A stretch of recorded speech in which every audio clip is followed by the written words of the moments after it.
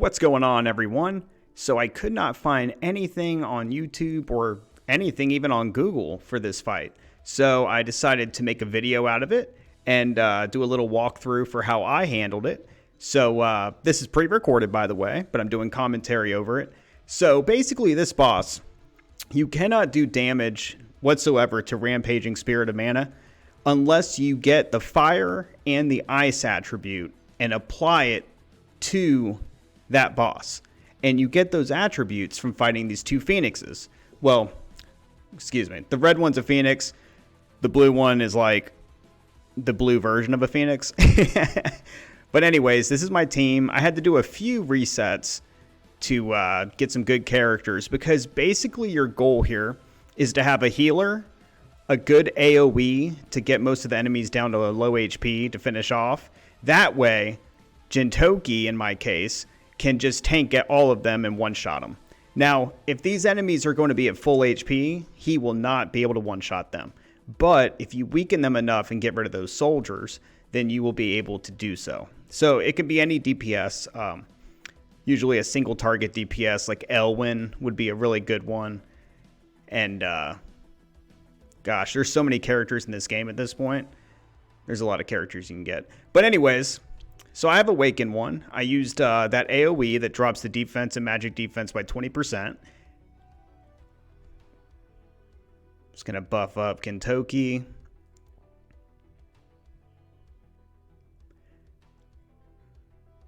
And you have to be very careful here because those two soldiers on the left, they do massive damage. Even with low HP, they will still hit you like a truck. So as you can tell, I'm kind of hugging the danger zone right here. The danger zone is that red area. And I got really lucky getting Elise because she basically has a built-in act again with her passive ability, which lets me get the attribute from these enemies, phoenixes, and put it on the boss really quickly because she covers so much land and makes so many moves. So anyways, we're going to move Gentoki up top, get him as close to the final boss as possible. We're going to take that fire element. He can one-shot. So since we killed that phoenix, the mana fire was put on Gentoki. That means the debuff you get when you're hit by those enemies do massive damage. But since he killed him, he doesn't get the debuff. Now, the reason I put that attack on my tank is because I just want someone to push those enemies that have nothing to do with the battle as far away from me as possible. Those enemies respawn every 2 rounds. So you can either clear them all out really quick with massive AoE. That's one route to do this fight.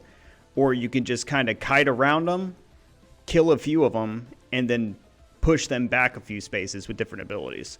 So we have the fire attribute on Gentoki, and we cleared out most of the enemies. So now I just need to isolate the blue phoenix, get its attribute, and put it on the final boss. That way we can get rid of those buffs. All right, so at round 3, it's getting dangerous because if you don't remove the buffs by turn 5, the final boss will do a massive AoE. It's called like Mana Ultimatum or something like that. I'm not sure. All right, so we're going to just trickle down the HP on this blue phoenix, bluebird, whatever. And I'm going to put Spellbound on that outside fodder enemy because that cuts down his mobility by 2, and that basically removes him from battle in the next turn. So I don't even have to worry about him. And we have respawns coming soon, so we have to be very careful. Now, the fire and ice attribute you get from the Phoenix, it does not ever wear off. So you can run around as much as you want. It never expires. So now we have the fire attribute on the final boss.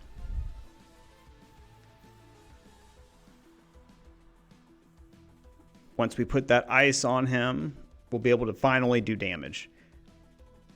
And the reason I did all of this is because I want Gentoki to stay up there so he can just constantly devastate the boss every turn. And the rest of my team can distract the add-ons so I can take out the final boss before I get wiped out. It's basically a battle of attrition. Can you take out that boss before he summons so many adds it overwhelms your resources? All right. So we have the ice attribute. Fortunately, I have the passive ability from Elise, so we can move up there really quick. Now, that was very unfortunate. Losing Landius that quickly makes me so concerned that I'm going to bring Gentoki back down and hopefully one-shot everything that comes at him. And there you go. One shot. Now, this is really bad.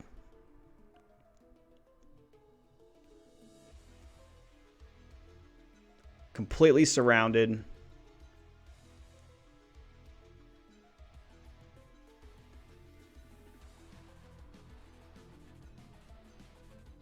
We applied the ice.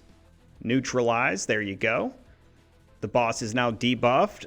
No longer has that 1000% damage reduction. Now, the two Phoenixes, they can do devastating damage. And so can the add-ons. But we're going to take out that bird first. Now remember, Gentoki had the fire element. I just killed the ice Phoenix. Believe it or not, you can hold both at the same time. So now Gentoki has all of his buffs, and he has the fire and ice attribute. And if it's Gentoki, not Gentoki, I'm so sorry. I've seen Gintama, or Gintama. I've seen some episodes, but if I'm pronouncing his name wrong, his huge fans are hating me right now. Such a funny anime, though. Anyways, Awaken one, she got taken out, but it's okay. I was fully aware of that because she can respawn. No big deal. And Gentoki's the main concern here. Now look at that. He's one-shotting every enemy at full HP. Which makes me wonder if having the fire and ice ability at the same time might give some kind of secret buff we don't know about. I'm not sure. But he's fully buffed up. He has ice and fire. So now when the final boss puts its shield back up, Gentoki can one-shot his debuff instantly. So as you can tell, Gentoki is the MVP of my team. 18,000 damage.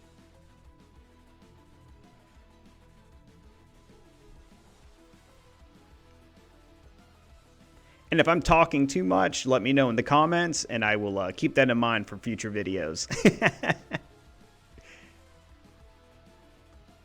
All right, so we have one Phoenix.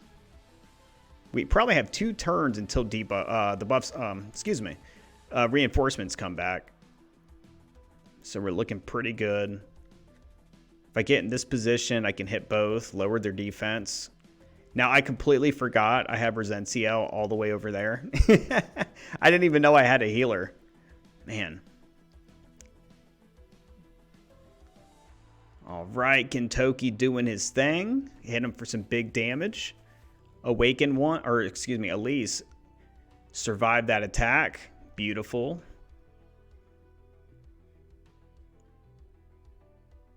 Resentiel is a lifesaver. Look at that. Because Elise has the debuff right now. So she's going to take fixed damage for like 3 times the intelligence of the enemy. So it's really nice I could get a heal on her. All right. So now at this point, Elise has taken out a fire and ice. So she's in the same position as Gentoki. She can debuff the boss in one shot.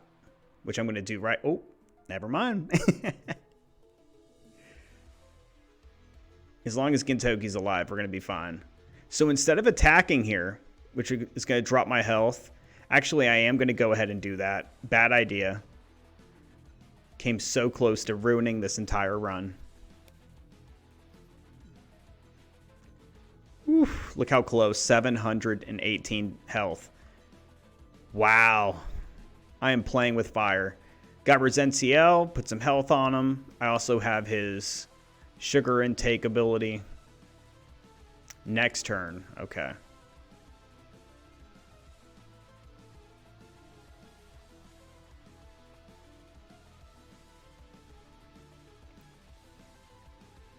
debuff the boss right before dying. Thank you, Awaken One, for your sacrifice. Instead of attacking, if I just don't attack, massive healing.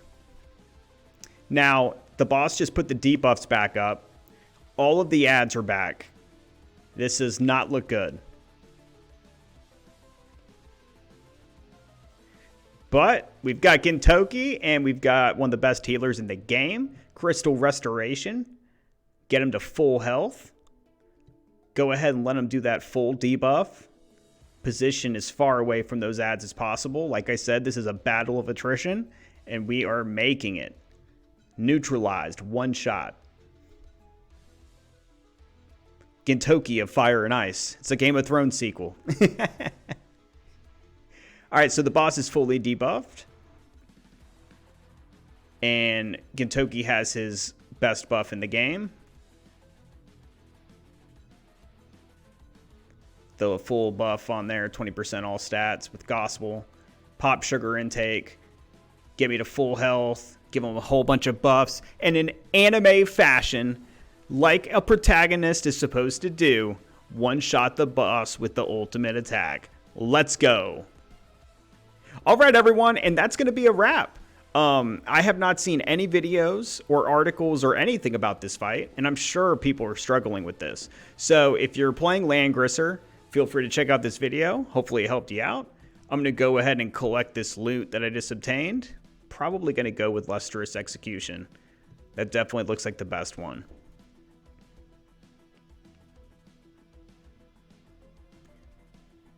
Yeah, I'm going to go with that for sure. And I got my rune and a random armor. Awesome.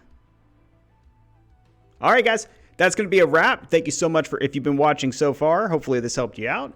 And if you have any requests for any content in the game or anything else, drop a comment.